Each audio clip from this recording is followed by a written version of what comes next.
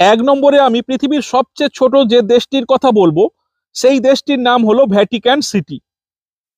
Vatican city এই দেশটির মোট আয়তন মাত্র 0.44 বর্গ কিলোমিটার বা 121 একর। বর্তমান এই দেশটির মোট জনসংখ্যা 825 জন, যাদের মধ্যে 435 জন ভিন দেশের নাগরিক।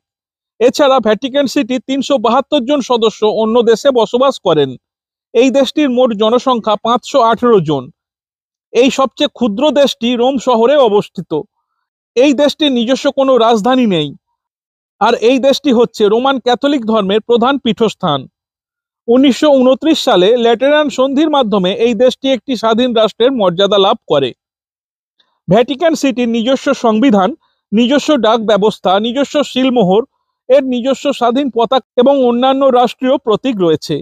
ভ্যাটিকানের নিজস্ব সেনাবাহিনীও রয়েছে, যার নাম সুইস গার্ড। এই ভ্যাটিকান সিটির মোট সেনাবাহিনীর সংখ্যা 100 জন।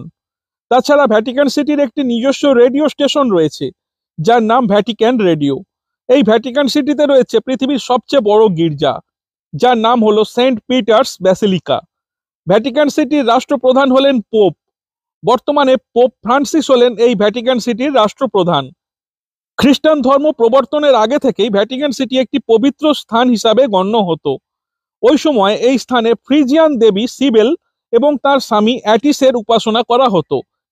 পরবর্তীকালে 68 খ্রিস্টাব্দে এই ভ্যাটিকান সিটিতে খ্রিস্টান ধর্মগুরু সেন্ট পিটার্সকে মাথা নিচে ও পা উপরে রেখে ক্রুশবিদ্ধ করা হয়েছিল।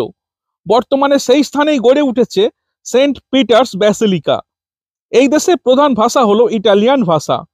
সমগ্র ভ্যাটিকান সিটিতে 1.05 কিলোমিটার দৈর্ঘ্যের সড়ক পথ রয়েছে। এই ভ্যাটিকান সিটি হলো এমন একটি স্বাধীন দেশ যে দেশে কোনো বিমানবন্দর নেই, কিন্তু এই ভ্যাটিকান সিটিতেই একটি স্ট্যান্ডার্ড গেজ রেলপথ রয়েছে। এই রেলপথ প্রধানত মাল এবং খাদ্য পরিবহনের জন্য ব্যবহৃত হয়।